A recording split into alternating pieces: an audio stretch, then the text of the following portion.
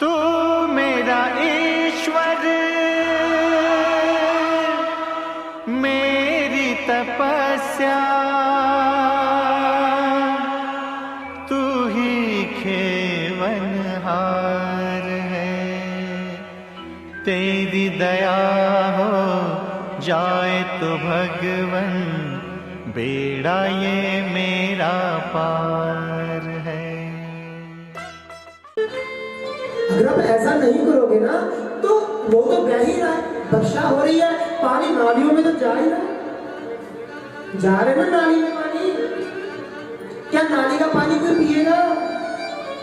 नहीं पिएगा। तो वो पानी तो वर्षा का पानी तो जा रहा है नाले में। इसी प्रकार कथा तो चल रही है, आप ध्यान से नहीं सुन रहे हो। मुझे भरोसा है कि मेरे संत सुन रहे हैं। वैसे बुलवाने वाले भी यही है, कथा करने वाले भी यही है, कथा करवाने वाले भी यही है, कथा सुनने वाले भी यही है, कथा सुनाने वाले भी यही है। बोलो शंकर भगवान की। ये पेड़ पौधे सुन रहे हैं, एक छोटी सी मृल में घुसा हुआ कोई जीव जंतु भी कथा तो सुन रहा है, तो ये कथा उनके काम आ जाएगी।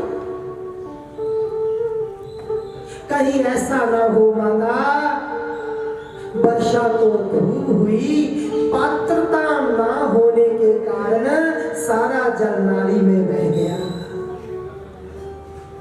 आजकल तो महाराज हड़ आ रखा है कथाओं का, कीर्तनों का हड़ आ रखा है, लेकिन थोड़ी सी कमी यहाँ सुनाने वालों में भी है, क्योंकि लोग कथा नहीं करते, लोग व्यथा करते हैं।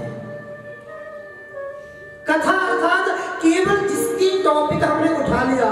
अब पहले कथा हमारी सुनते हो या 3 दिन हो गए, हम केवल शंकर भगवान और कृष्ण भगवान की कथा कहते हैं आपको। क्या हमने कभी किसी तीसरे देवते को पकड़ा? क्या मैंने कभी किसी दूसरे धर्म के किसी चीज को पकड़ा? मैंने क्यों भाई? जिसकी कथा हम कर रहे हैं, आप जिसकी भी कथा कर रहे हो, उनमें बोलने के लिए इतना कुछ हमारे पास भंडार होता है, हम क्यों किसी दूसरे की बात करें? हम क्यों किसी दूसरे की निंदा करें? आजकल ये कथा नहीं होती, व्यथा होती है महाराज। अच्छा तो अपने में लगा दिया, बुरा दूसरे में लगा दिया। वो धर्म ऐसा है, वो धर्म ऐसा है। भाई पहले अपने के अंदर तो देख लो कि मेरे अंदर क्या है।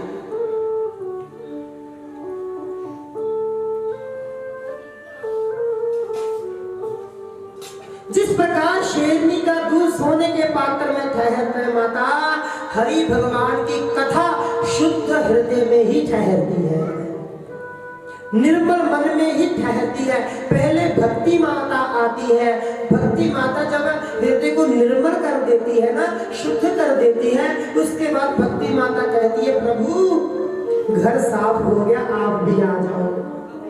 तब कहीं जाके भगवान हमारे हृदय में वास करते हैं। भाई ये कलयुग नहीं है, ये कर्म युग है, करके तो देखो। सत्य युग में जन्मों के जन्म निकल जाते हैं भगवान को पाने के लिए, लेकिन कोई भगवान पाए नहीं जाते। जन्मों के जन्म 100 जन्म लेते हैं संत महात्मा। त्रेता में थोड़ा कम हो गया, 100 साल में भगवान 1000 साल में मिलने लगे। द्वापर में इससे कम हो गया। महाराज कलयुग में तो केवल 4 घड़ी का बताया है। कितने समय का? 4 घड़ी। अच्छा ये भी छोड़ो, संत बाबा कहते हैं एक घड़ी आधी घड़ी, आधी ते बुनियाद, तुलसी संगत साधु की कटे कोटि अपराध। यहाँ तो 4 घड़ी का भी वो मैटर खत्म कर दिया संतों ने। 1 घड़ी 45 मिनट। हाँ? कितने मिनट? 45 मिनट। इससे भी आधी। अब 45 का माइनस करो, 2 से भाग करो, कितना हुआ? 26 हुआ। मेरा मैथ का कमजोर है। कितना हुआ?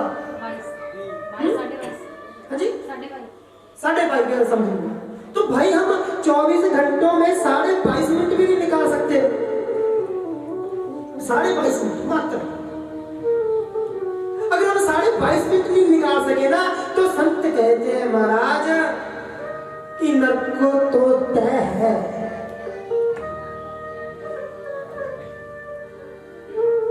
मुझे कल एक बच्चा मिला यहाँ पे, चंडीगढ़ में पढ़ता था, कल आया था बच्चा यहाँ। वो कहने लगा कि महाराज मेरा भगवान शंकर जी की तरफ कुछ ज्यादा ही रुझाव रहता है, मेरे इनकी तरफ ध्यान लग जाता है। मैं अच्छी बात भाई, मैं कहा भाई तेरे घर वाले पहले ऐसा करते होंगे? कह रहे नहीं महाराज, मेरे ना मम्मी ना पापा उन्होंने कभी उठाई नहीं कभी किसी पुस्तक को, भगवान को तो कभी बस राम राम है। भाई तेरे दादा दादी करते होंगे? कह रही मेरी दादी ने भी कभी भगवान का नाम नहीं लिया, कभी घर में जोत दिया जलाई नहीं। तो जो पूर्वजों के ही संस्कार होते हैं वो बच्चे में कमी रह गई। अगर दादा और माता पिता भगवान के भक्त होते तो आज की घड़ी में वो बालक बहुत अच्छा विद्वान होता।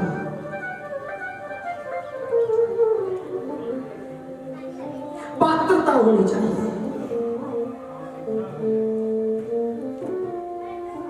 राम जी तुलसीदास जी कहते हैं रामायण में, निर्मल जन्मन सो मोहे पावा, कपट छल छिद्र न भावा। माने निर्मल मन ही मुझे भाता है और मुझे कोई नहीं भाता। बोलो शंकर भगवान की। अच्छा एक चीज और बताएं आपको, इस स्थान की बड़ी बड़ी महत्ता होती है। मैं आजकल ये कथाओं वगैरह में सुनता रहता हूँ, कभी कभी नई कथा वाचकों की कथा लग जाती है तो पता क्या कहते हैं कि भगवान मन में होना चाहिए। मंदिर वगैरह में जाके क्या करना है? ध्यान से सुनना, हवा सब जगह है, हवा सब जगह है, लेकिन टायर में भरवाने के लिए किसी दुकान में क्यों जाना पड़ता है? हवा तो सब जगह भाई, टायर में अच्छा आपके अंदर भी हवा है, टायर में मूल गाड़ियां करो, फूकते रहा करो, देखेंगे कितनी जल्दी टायर भरेगा।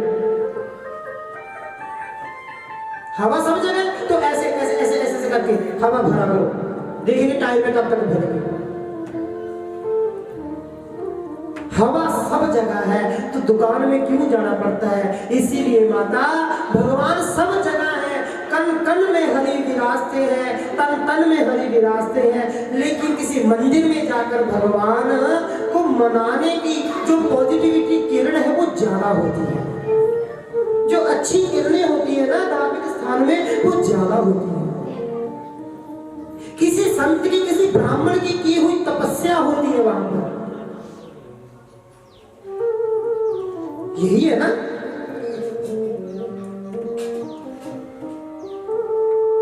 यही होता है ना। इसी प्रकार मैंने भी सुना, मैं सुनता था कि कहते कि हरिद्वार में जाकर क्या करना है, वो यहाँ पे जाके क्या करना है, ये सब ढोसले हैं, ये वो है वो है। तो भैया हमारे पूर्वज क्या मूर्ख थे? फिर तो तुम लोग सीधे सीधे अपने दादा परदादाओं को मूर्ख कह रहे हो। अपने दादा परदादाओं को फिर तुम पागल कह रहे हो, फिर वो तो पागल थे, वैसे ही घूमते रहते थे भाई, अब हम सियाने हो गए हैं। लोग जाते हैं किसी धार्मिक स्थान में जाकर दान पुण्य करते हैं, क्यों? क्योंकि धार्मिक स्थान पर जाके पुण्य करने से जो पुण्य है वो 100 गुना बढ़ जाते हैं। 3 प्रकार का दान कहा गया है, सात्विक दान, राजस दान और तामसिक दान। सात्विक दान कौन सा है? कहते हैं भाई इस मुट्ठी ने दान किया, इस हाथ को ना पता चले, इस हाथ को ना पता चले। सात्विक दान कौन सा हुआ? इस हाथ ने दान कर दिया, इस हाथ को पता ही ना चले कि दान कितना किया और कब किया, ये सात्विक दान है। इसका फल क्या है?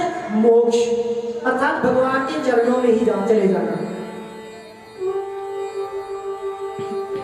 दूसरा दान राजस दान, कहते हैं राजस दान कौन सा होता है कि पंखा लगवा देते हैं कोई मंदिर में, ऊपर बड़े बड़े अक्षरों पे नाम लिखवा देते हैं, फलाना शर्मा फलाना सिंह। अब महाराज वो सारी ऊपर पीढ़ी की पीढ़ी निकल जाती है और दादा उनका छत पे घूमता रहता है। क्या कोई नीचे मेरे जैसा सोते तो फर्क पड़ता है महाराज, अच्छा अच्छा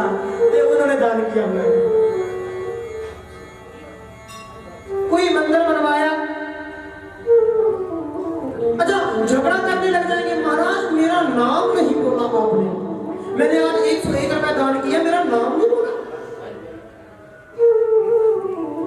तो ये कौन सा दान हुआ? कहते हैं महाराज ये राजस दान होता है। अपनी बढ़ियाई करवाने के लिए जो दान किया जाता है वो राजसी दान होता है। तीसरा दान कौन सा होता है? कहते हैं कि तामसिक दान, किसी को नीचा दिखाने के लिए जो दान किया जाता है वो तामसिक दान होता है, जिसका फल है अधोगति। उसने 1000 दान किया, उसको नीचा दिखाने के लिए मैं 1000, 1200 दान, 1500 दान करूंगा। ये दान कौन सा है? ये तामसिक दान है।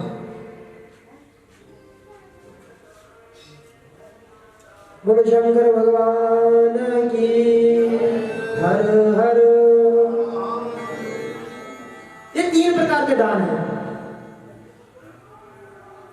किसी ऐसे क्षेत्र में जाकर दान करना, यहाँ पर भगवान की प्रतिमाएं हो, यहाँ पे पाठ पूजा होती हो, यहाँ पे संत भगवान ने तपस्या की हो, यहाँ भगवान साक्षात किसी युग में आए हो, वहां पर जाके माला फेरने का जो फल है वो अनंत गुना है। ऐसे ही अगर ये बात आप कहो कि महाराज जो घर में बैठ के जप किया जाता है ना, उससे आधा आपको फल मिलता है। जैसे मान लो आपने 108 की एक माला फेरी, उसमें से आपको 50 के समथिंग ही आपको फल मिलेगा। कोई ज्यादा पावर वाली मेरी माता हो तो वो 70% मनके का फल ले सकती है, इससे ज्यादा नहीं हो पाता। दूसरा कहते हैं महाराज, दूसरा जब हम किसी नदी के किनारे, किसी चलते हुए पानी के किनारे, किसी सरोवर के किनारे बैठकर जप करते हैं ना, तब हमें जप 10-20 गुना बढ़कर मिलता है। 108 की एक माला घुमाई तो आप ये समझ लेना कि आपने 10 मालाओं का फल मिल गया आपको, जब पाठ का फल मिल गया आपको। तीसरा कहते हैं महाराज, किसी धार्मिक स्थान पर जाके, जैसे हमारा देवालय है, यहाँ पर कहते हैं महाराज 50 गुना फल मिलेगा आपको एक माला घुमाने का। आपने ये समझना है कि आप ध्यान से घुमा रहे हो तो कि आपको 50 मालाओं का फल मिलेगा। तीसरा कहते हैं महाराज, चौथा कहते हैं कि अगर आप किसी धार्मिक क्षेत्र में जाकर, हरिद्वार में जाकर, गंगा किनारे जाकर, किसी धाम में जाकर अगर आप जाप करते हो, पाठ पूजा करते हो, तो उसका 1000 गुना फल मिलता है। ये मत समझना केवल फल ही मिलता है, पाप भी उतना ही मिलता है। मान लो किसी ने धार्मिक स्थान पे जाके एक पाप कर दिया तो उसको 1000 गुना पाप भी मिलेगा। केवल पुण्य की बात नहीं हो रही यहाँ पे।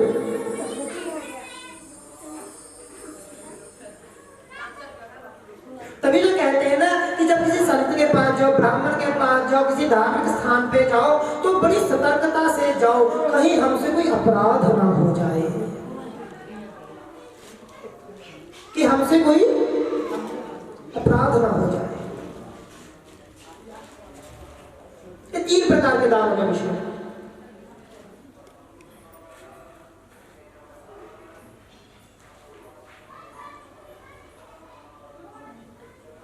पूरे हाथ उठा के बोलो एक बार, हर हर हर हर हर हर महादेव। 3 प्रकार के दान। और महाराज कहते हैं कि 4 प्रकार के आश्रम होते हैं। कौन कौन से आश्रम? कहते हैं सबसे पहले होता है ब्रह्मचर्य, जो कि 1 से लेकर 25 साल तक की उम्र में भोगा जाता है। उस पर रहकर कहते हैं कि भगवान इंसान को ये चाहिए कि वो अपने आप को साध ले, अपने आप को इस काबिल कर ले कि जब वो 25 साल से ऊपर जाएगा ना, तब भगवान की शक्ति, उसने की हुई भक्ति उसके काम आए। 25 साल तक इंसान को अपने को इस प्रकार बना लेना चाहिए। संत तो कहते हैं वैसे अब समय बदल गया है। पहले समय में ऐसा था कि जो 25 साल से छोटे हैं ना, वो कभी भी कोई कन्या लिपस्टिक की आदि नहीं लगाती थी महाराज। कोई बच्चा ये जो परफ्यूम वगैरह ये नहीं लगाते थे। क्यों? क्योंकि ऐसा तो समय खाने पानी इतने अच्छे थे ना कि इंसान से दुर्गंध आती ही नहीं थी। आज तो कम आती होगी। अब जैसे खाने हो गए महाराज, वैसे ही हमारे शरीर हो गए। कहते 25 से लेकर 50 साल की उम्र तक इंसान को विवाह करना चाहिए, शादी करनी चाहिए। गृहस्थी आश्रम का क्या है? गृहस्थी आश्रम में रहकर चाहे कोई माता है चाहे कोई भाई है, उसका मन हमेशा ये करता रहना चाहिए कि कहीं कथा हो रही है मैं कथा में जाऊं, किसी धार्मिक स्थान में जाऊं। जी मन अपने आप नहीं करेगा माता, ये तो बार बार अपने मन को ठोकर लगानी पड़ती है, बार बार धक्के से लगानी पड़ती है। बार बार आप अपने मन को समझाते रहा करो। क्या समझाते रहा करो? कि हे भगवान मेरा मन है, पहले मैं मन को आपके पास भेज रहा हूं, तब मेरा अपने आप। संत गाते हैं मन चल वृंदावन चलिए बनाए थे हो नजारा नहीं मिलना। मन चल वृंदावन चलिए बनाए थे हो नजारा नहीं मिलना। मन चल वृंदावन चलिए बनाए थे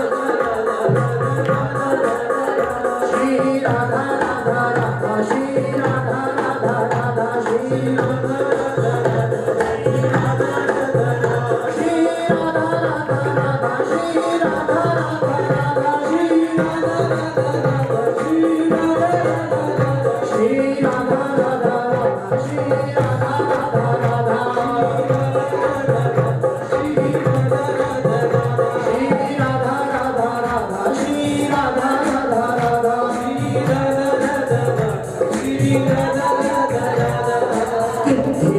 मिलन गे बांके बिहारी मिलन गे बांके बिहारी संग होएगी राधा प्यारी संग होएगी राधा प्यारी।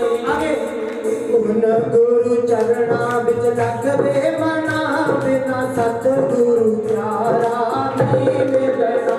उन गुरु चरणा बिच लगवे मना बिना सतगुरु प्यारा नहीं मिलना।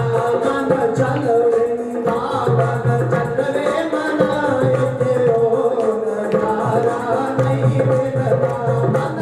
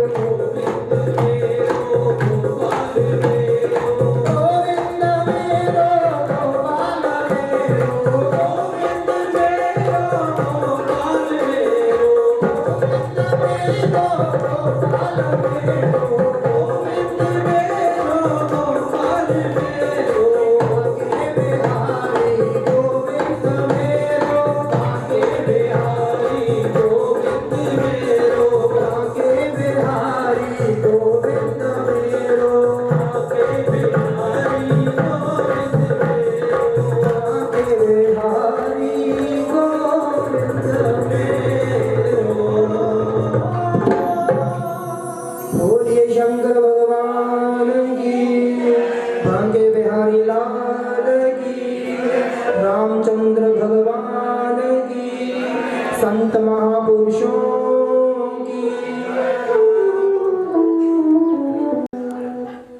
तो शिव विवाह में प्रवेश करें। शिव विवाह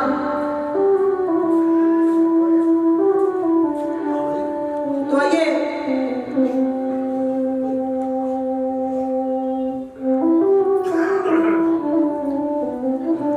शिव विवाह में प्रवेश करें। कल आपने सती माता की कथा सुनी थी, याद है किसी को? इतना सा भी हाथ ऊपर करो। हर हर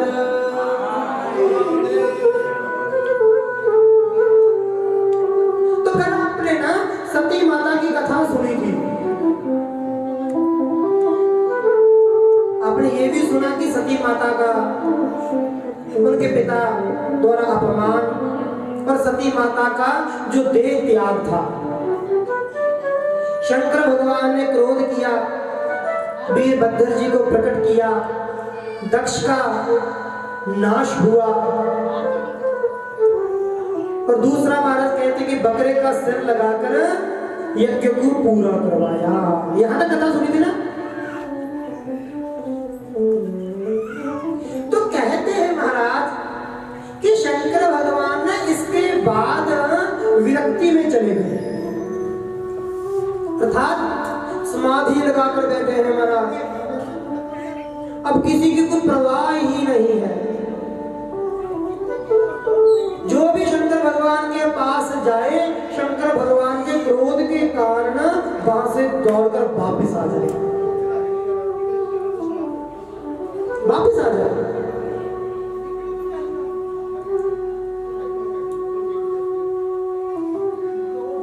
कहते कि एक बार क्या हुआ, काम देवता जब माता सती ने अगला जन्म लिया, कथा को सूक्ष्म रूप में सुने कि हिमालय के यहाँ, हिमालय राजा के यहाँ माता सती ने माता पार्वती के नाम से जन्म लिया, कहीं कहीं यहाँ तक अवतार लिया।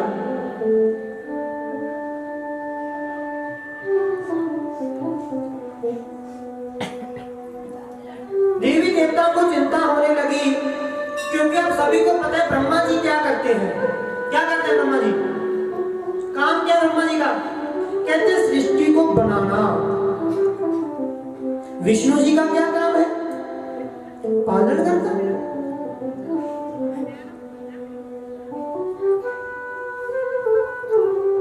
और शंकर जी का क्या काम है? भ्रुकुटी टेढ़ी करते ही कहते कि सृष्टि का प्रलय हो जाता है, अर्थात विनाश।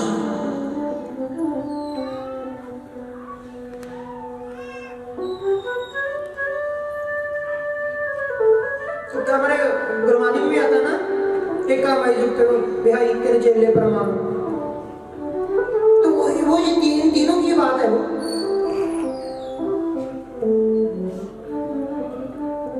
तो महाराज कहते ब्रह्मा जी सृष्टि बनाते गए, विष्णु जी पालन करते गए, लेकिन संहार करने वाले देवता तो समाधि में बैठे हैं। लोगों का अत्याचार बढ़ गया। तो क्या हुआ महाराज? कहते हैं कि शंकर भगवान की चिंता हुई सभी देवी देवताओं को, तो उन्होंने क्या किया? कामदेव को भेजा कि तुम जाओ और शंकर भगवान के ना तीर मारना। कामदेव भगवान के पास 5 बाण होते हैं। ये ऐसे बाण होते हैं ना काम के, इनकी पीड़ा सह नहीं जाती किसी से। तो कहते हैं पहले तो कामदेवता माने नहीं।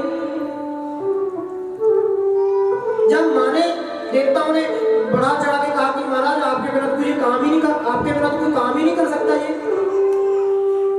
अच्छा, इंसान आपको जब भी पिटवाएगा, आपकी झूठी तारीफ करके पिटवाएगा। जब किसी ने किसको गिराना होता है ना, वो सीधा खंजर नहीं मारेगा आपके, वो आपको कहीं की बातें कहीं की बताने लग जाएगा। अरे महाराज आप तो ऐसे हो, आप तो वैसे हो।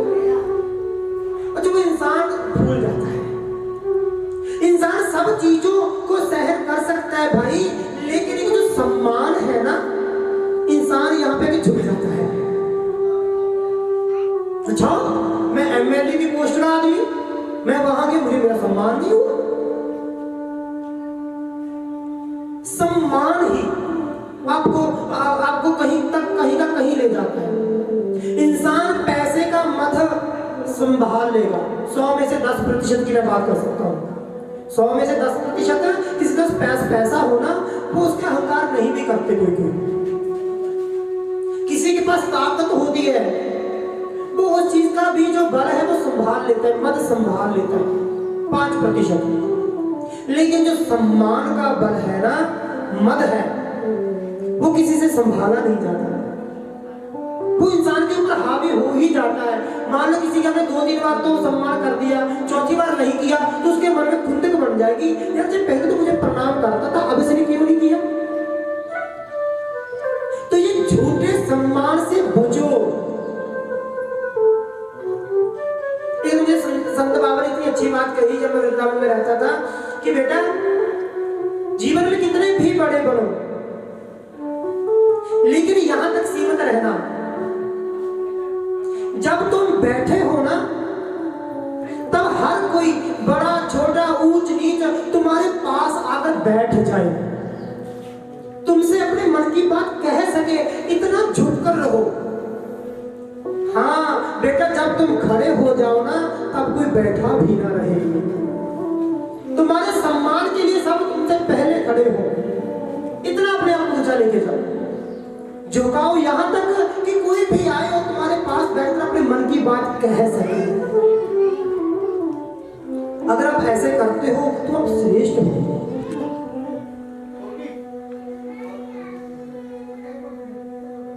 कामदेव को इसी बात के लिए कहा, कामदेव तैयार हो गया, कहते हैं कि एक वृक्ष पर बैठ गया।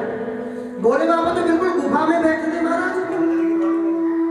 जैसे ही कामदेव पहुंचे उन्होंने एक तीर चलाया, कहते हैं कि वो जो जंगल था ना वो हरा भरा वन बना दिया, फूल पेड़ पौधे लगा दिए। एक तीर चलाया, यहाँ शंकर भगवान बैठे थे ना वहां पे, वहां से सुगंधित आने लगी। तीसरा बाण चलाया, कहते मतलब चिड़ियों की चिड़चिड़ाहट होने लगी। इस प्रकार महाराज जब पांचों बाण चलाए, पांचवा बाण चलाया, कहते शंकर भगवान के आगे कुछ स्त्रियां नृत्य करने लगी, अर्थात नाचने लगी। शंकर भगवान तो समाधि में बैठे भाई।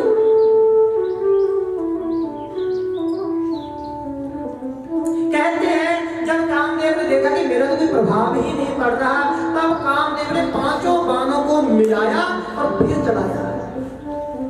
अब कहते हैं जैसे ही चलाया और बाण आ रहा है, भोले बाबा के अंदर से इतनी अग्नि निकली, भोले बाबा ने ऊपर की आंखें तो बंद कर रही हैं, लेकिन तीसरा नेत्र खुला और उस बाण को भस्म कर दिया। भोले बाबा की समाधि टूटी। बाबा ने देखा कि ये दुस्साहस किसने किया, मेरी समाधि तोड़ने की चेष्टा किसने की।